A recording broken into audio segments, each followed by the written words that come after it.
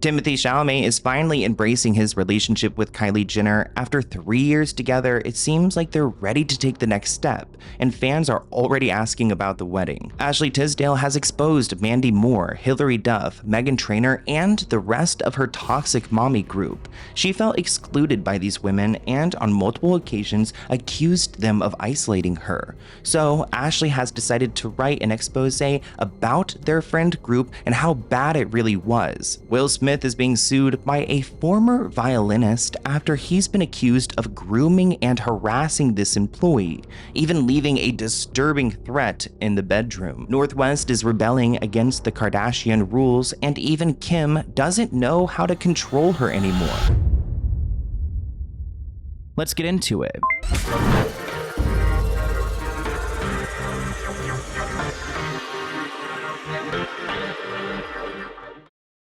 Welcome back to the Let's Get Into It podcast. This week, we have a lot to talk about. Will Smith being sued, Ashley Tisdale's toxic friend group, North West. We've also got some updates on Nicki Minaj, but I want to kick off this episode by talking about Timmy and Kylie.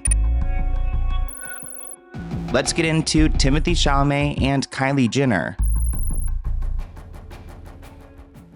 So after 3 long years, Timothée is finally starting to claim Kylie. He commented on one of her Instagram posts. He has been bringing her to these award shows and even gave her a shout out in his speech. So Timothée won Best Actor at the Critics' Choice Awards, and he thanked Kylie at the very end of his speech. This is a big step in their relationship because before, Timothée wouldn't even speak about Kylie. It was a couple months ago when he did a Vogue interview and said that he had nothing to say about his relationship. Now he's commenting on Instagram. He took her to the Palm Springs International Film Festival. He did not shout out her in his thank you speech there, but at the Critics' Choice Awards, he did. Honestly, it's been a really good part of his campaign for this movie. He's finally started to embrace Kylie around the time where he needed to be very public with Marty Supreme. In the clip, you can see Kylie Jenner mouthing "I love you" from the audience. Let's go ahead and take a look. And lastly, I'll just say thank you to my partner of 3 years. Thank you for our foundation. I love you. I couldn't do this without you. Thank you from the bottom of my heart. Thank you so much. Appreciate it. I wonder if Kylie has just been really great for the campaign of this movie, including her friends, Haley, who's wearing the Marty Supreme sweater. Her mom was wearing the Marty Supreme sweater and posted about it. So maybe Kylie has become really useful for him. But I did see Amanda Seyfried commented on this post about his speech. Oh, not like a foundation/charity. I was curious about that because in his speech, he says thank you for our foundation, which I guess he's talking about their relationship. I'm sorry, Timothée. I know you love a good award, a good speech, but some of these speeches, the last 2, are giving a little bit of ChatGPT. I've been seeing that in the comments. This person writes, someone do a wellness check on Club Chalamet. Chalamet fans are crashing out right now at Timmy saying that he loves Kylie publicly. This person writes, you know what? I think they're cute. Don't judge me, please. And honestly, they've really grown on me as well. To give you guys some context, if you're confused about who Club Chalamet is, it's this, I don't know if she's in her 40s or 50s, but this woman who's highly dedicated to Timothée, and it's just her. She's the one who runs these fan accounts for Timothée that are really popular, but she has not been the most supportive of his relationship with Kylie. She's always supportive of Timothée, almost a little bit too supportive. She's always around him, but as far as Kylie goes, she's talked about her poorly on social media. She's not a fan. She doesn't think that she's good for Timothée. So there's a lot of tension there. So that's why we're you need to check on Club Chalamet today because she's probably really upset that Timothy's claiming Kylie. Hot take, but I feel like there's this world where she thinks that she would be with Timothée. Club Chalamet thinks that she could be with him.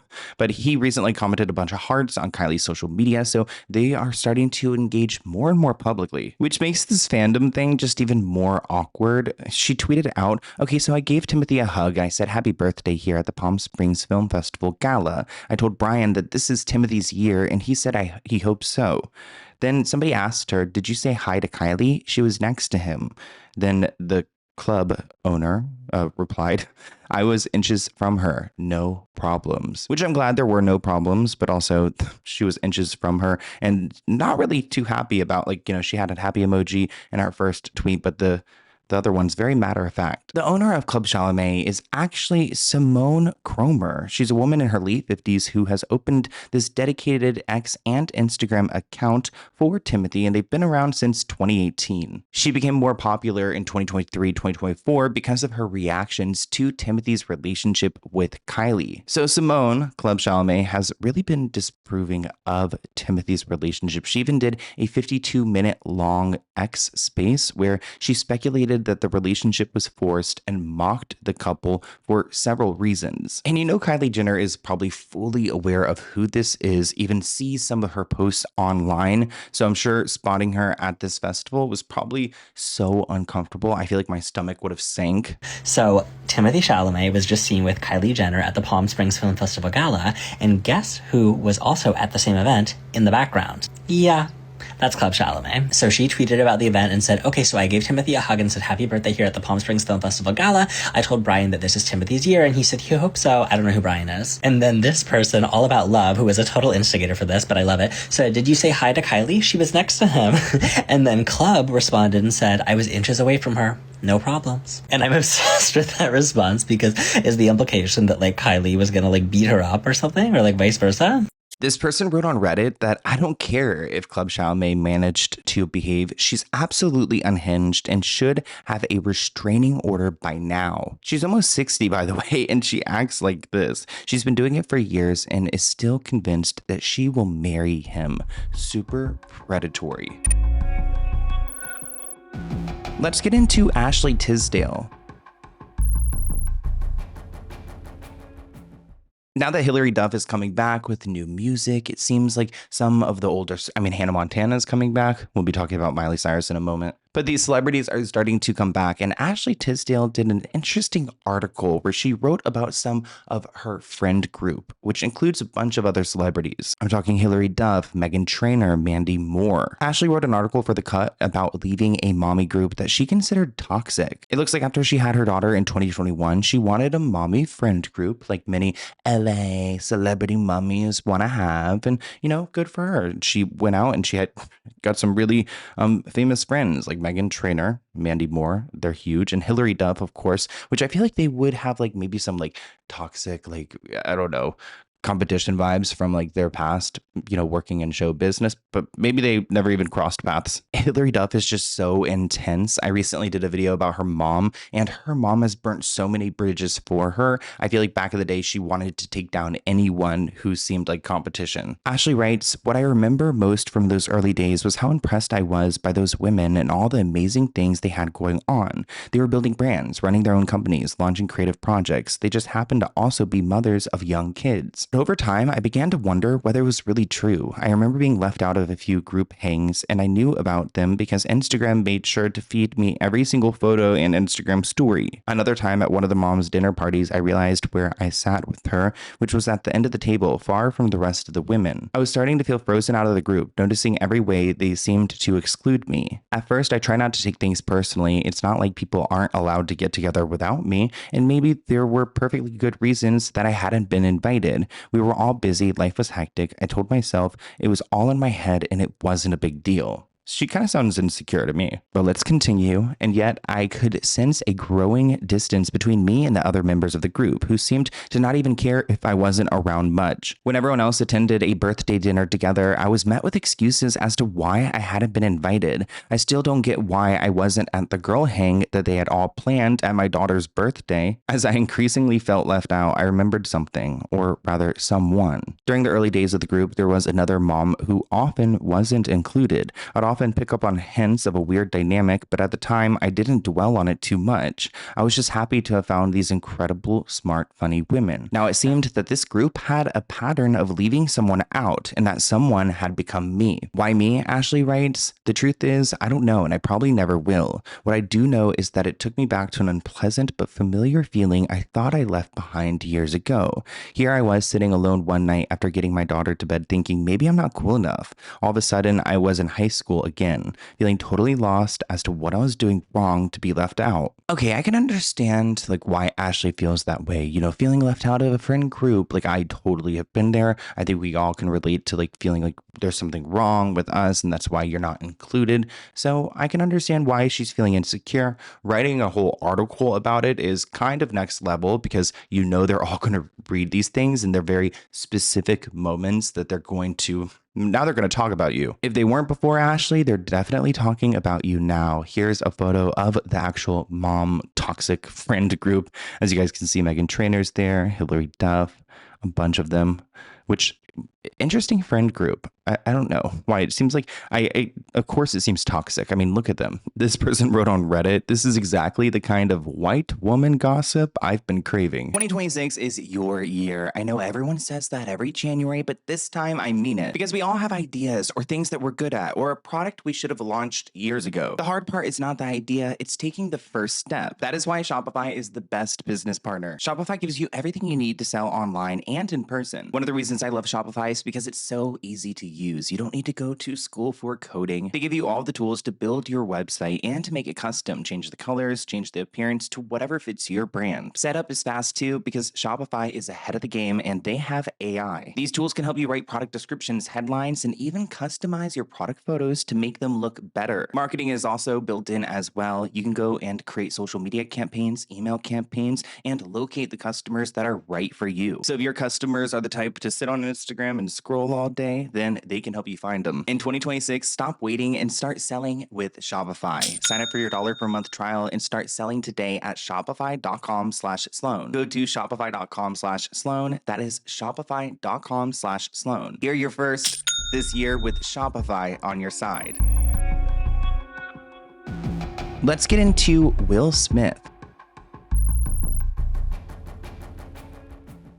So Will Smith is currently being accused of sexual harassment by a violinist named Brian King Joseph, and he's got quite a story. Brian claimed that Will was deliberately grooming and priming him for further sexual exploitation when the actor invited Brian to take part in his tour in November 2024. While touring with Will in March 2025, Brian had allegedly discovered forced entry in his Las Vegas hotel room with a sexual threat of violence. Jada and Will have always been really freaky, really weird. I've talked about Jada before on this channel and Will, and they're both really odd people. I would not want to be in their inner circles. And honestly, I don't even know Brian's full case yet, but I'm already starting to believe him because Will seems kind of off. A violinist is suing Will Smith, claiming retaliation after he alleges that he was fired for reporting sexual harassment while on tour with Smith. Brian King Joseph filed the lawsuit in California earlier this week, accusing Smith of deliberately grooming him for sexual exploitation. Joseph says the two began spending time alone together during Smith's tour, and he says Smith allegedly told him that they had a, quote, special connection. It also details an alleged traumatic series of events. Brian claims that the note left in his hotel room read, "Brian, I'll be back, just us," signed by Stone F with a heart. Brian also found wipes, a beer bottle, a red backpack, a bottle of HIV medication with another individual's name, and an earring, a hospital discharge paperwork belonging to a person he does not know. He feared that an unknown individual would soon return to his room and engage in intimate things and report the incident to the hotel. But later on, when management found out that he had reported this, they shamed him and fired him. Brian claimed that this led to severe emotional distress, economic loss, reputational harm, and other damages, and now he has PTSD and other mental illnesses. Will Smith's actor said that Brian's complaint is completely false, baseless, and reckless, that these allegations are categorically denied, and they will use all legal means available to address these claims and to ensure the truth is brought to light. We're going to have to figure out whether Brian's claims are legitimate or not in court. I mean, it sounds like he's going to have I guess, some evidence of these different things happening over a period of time because he had been with Will in Vegas and on tour. But here's a clip of Brian talking a little bit more about what he had gone through. Earlier this year, I was hired to be a performer on a major tour with somebody who is huge in the industry. Unfortunately, some things happened, and I can't get into the details of exactly what that was, because it's already a legal issue right now. But the reason why I'm speaking out about this is because getting fired or getting blamed or shamed or threatened or anything like that simply for reporting sexual misconduct or safety threats at work is not okay. And I know that there's a lot of other people out there who have been afraid to speak up, and I understand. And if that's you, I see you. Let's get into Northwest. So Kanye West was right all along about his daughter getting onto social media and what it will do to her because she's only 12 years old. And even though I know that her life is very different from yours and mine, it's still not adding up. Like, I just don't think that this level of exploitation and having her comments on and having her on Instagram is good for her mental health. Like, she's 12 years old and she's already dealing with the haters, which is something that she shouldn't even be thinking about. In a video recently posted, North is flaunting her fake piercings, and she's got one, I guess, right here on the bridge of her nose, which sounds so painful. Like, what would they do? Like, crack your bridge right here? I think it's called like a Denali. I'm not too sure. She also got some new veneers. Or not veneers. What are they called when you put them in? Grill, like a new grill. This one is all black. She has one that is all like blinged out. Speaking of this, I thought it was really weird that Kim gifted her daughter a really expensive diamond necklace. I mean, I know that she has the means to do it and she can go and gift her this, but like after her being robbed in Paris, and again, I'm not trying to manifest or put any bad energy out there, you just think that like this is something that her daughter does not need to be wearing when she's traveling the world without her parents. And I know she's got security, but again, it just seems so ridiculous. So Kanye was not a fan of the social media at first, but it looks like now he's starting to get into it, which is interesting. The switch up is unreal. Hey everybody, I just got off the phone with Kim. I told her to stop antagonizing me with this TikTok thing. I said, I'm not allowing my daughter to be used by TikTok, to be used by Disney. I have a say-so.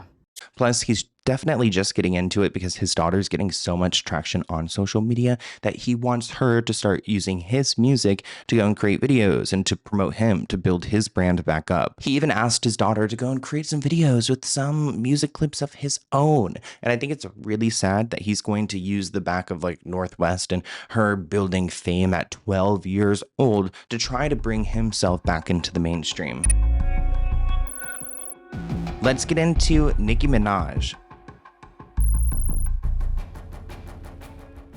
So Nicki Minaj, the queen of rap, currently has 120,000 signatures on a petition to try to deport her. So there are two petitions created on change.org in favor of Nicki Minaj's deportation, and they've reached over 100,000 signatures. Some are calling out her husband and his mugshot and his crimes.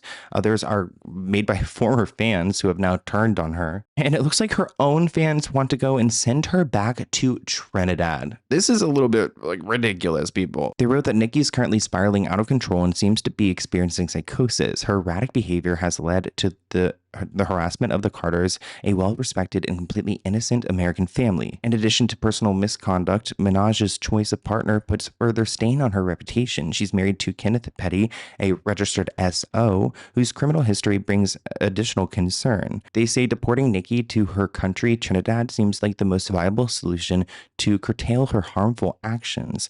It would ensure the safety of American citizens and send a clear message that harassment and support of criminal activity will not be tolerated. Damn, take a look at how many mugshots are featured in this petition. This is all of Nicki's husband, Kenneth Petty. Looks like he's consistent at one thing. He got in trouble almost every month in like 2016 through 2017. People are writing in the comments on these petitions, as an Afro-Latina and Caribbean, I grew up listening to Nicki's music and felt empowered by her art and inspired by her style, but I'm appalled by her recent claims. I'm from Trinidad and I'm tired of Nicki Minaj using Trinidadian identity when it suits her while embarrassing the culture on a global stage. She benefits from Caribbean roots, accent, and imagery, but consistently moves in ways that contradict the values of accountability, community, and respect. Not only has Nicki been challenging a lot of people on on X as far as Cardi B goes and her recent political endeavors, but she also went after Beyonce and Jay-Z. And I feel like once you do that, you really have done yourself dirty. There's no recovering from that. I mean, you guys know how many times people have to go and thank Beyonce over and over again. So she's definitely got some power out here. Let's get into Stephen Anthony. I don't know if you guys remember the show Even Stevens, but an actor from there, Stephen Anthony Lawrence, made some claims that Universal Studios fired him after he reported a suspected PDF, you know what. Stephen, who played Bernard, aka Beans, on the show from 2001 until 2003, began his post by writing, "I delayed posting this for about a month because I was hoping we could find some sort of amicable solution because I absolutely loved performing and dancing with all you amazing people. It is with a heavy heart that I have to announce that my time with Universal Studios have ended because my boss, Von Blonde, and her HR representative, Julia Mira, wants to retaliate for reporting a suspected creep around children," he wrote. "While I'll truly miss my job, I cannot be associated with an organization or group that doesn't care about performer or guest safety while numerous people continue to get hurt. With what I know, I will never allow my kid to go to Universal Studios Hollywood. Be safe, everyone." In a public post, Lawrence said that he initially tried to handle the situation privately. He explained that going public was not his first choice, but he felt forced to speak out after losing his job. He did not name the individual that he reported, nor did he provide specific details about the alleged behavior. I don't know about you guys, but I feel like that is a major red flag, especially when one of your employees and a former child star is out here writing a letter like this. They did issue a statement. They wrote, "We have investigated and reviewed the concerns brought forward by this former employee, and they were found to be inaccurate without merit. We take all employee concerns seriously and have established a process for raising any concerns without fear of retaliation." So they're pretty much saying, no, it's not true, and that's all we're going to say. His former co-star, Christy Romano, reacted on social media saying, "Good for you, Stephen." Other people praised him for keeping the community safe and trying to stand against injustice. And even though there were a lot of people who were praising Stephen for writing this letter, there were a lot of people who were criticizing him. Like this person wrote, "So you're going to pretend like you weren't one of the most problematic and difficult performers that we had at Universal? Everything about your post is one-sided, and honestly, I don't care to provide further details about everything you've done towards people backstage because you're never going to think that you were ever in the wrong. Just stop trying to be the victim because you know damn well that you're not, and they should have let you go a long time ago for harassing everyone. Rumor is you were the one that was being called a PDF."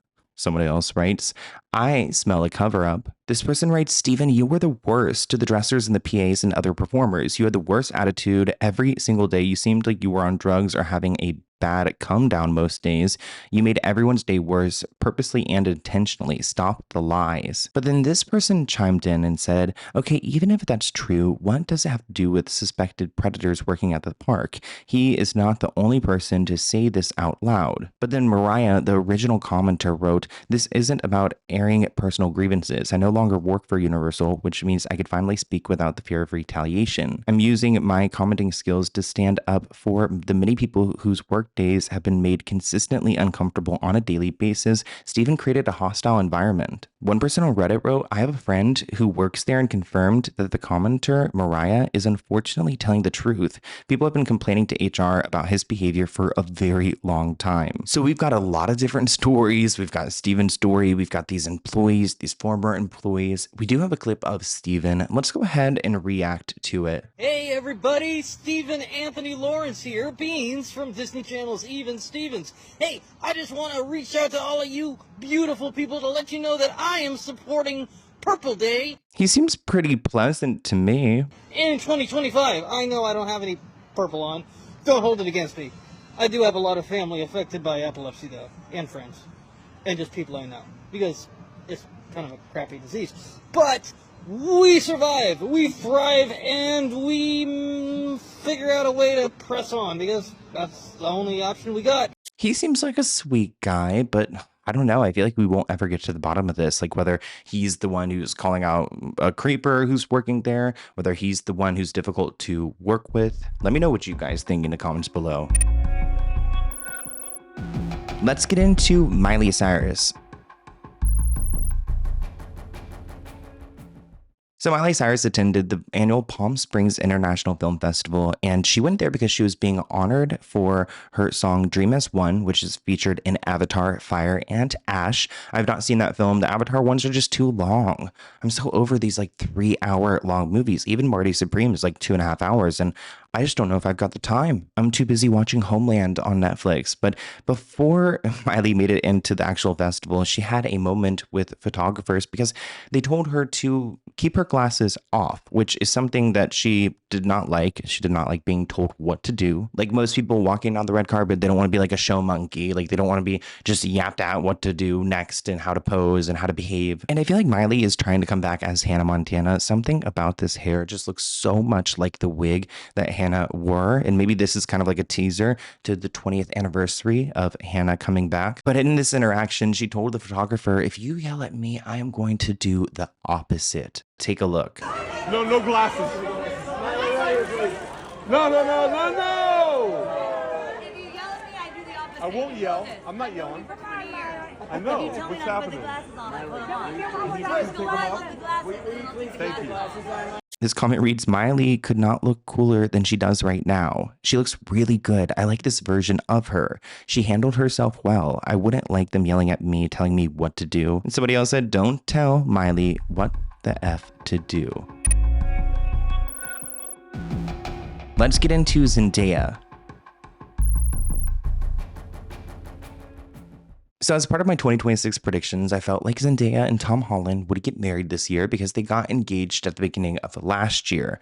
But there are a lot of people speculating that Zendaya's already pregnant. And there are articles being published every single day about these rumors. I mean, at this point, if there's enough smoke, there's probably a fire. And new photos, you could see Zendaya and Tom spending time with Tom's family. And those are some of the photos that are circulating on social media. There are people speculating that she is trying to hide a baby bump with all of her baggy clothing. And I don't feel like people are trying to get into Zendaya's business. I feel like they are genuinely happy about this relationship and them creating a family. It gives the world hope again. So people are just cheering for them and maybe a little bit nosy. First, everybody was freaking out because she cut her hair and is now rocking a bob. But then more photos started coming out and all the pregnancy speculations started flooding in. Like in this photo, she's notably covering her stomach with her bag. And I didn't think anything of it at first, but the more I went down this rabbit hole, I was like, maybe y'all might be onto something. Here she is in another photograph where she's also heavily dressed. You know, it also might be cold where she is. So like maybe she's just bundled up, or maybe she got a bun in the oven. Who knows? And here she is again with fans, and like this definitely started speculation because clearly the fans aren't they look like they're all in a different place. Like the fans aren't dressed for warmth. But Zendaya is bundled up yet again. So everybody's just like, oh my God, she's pregnant.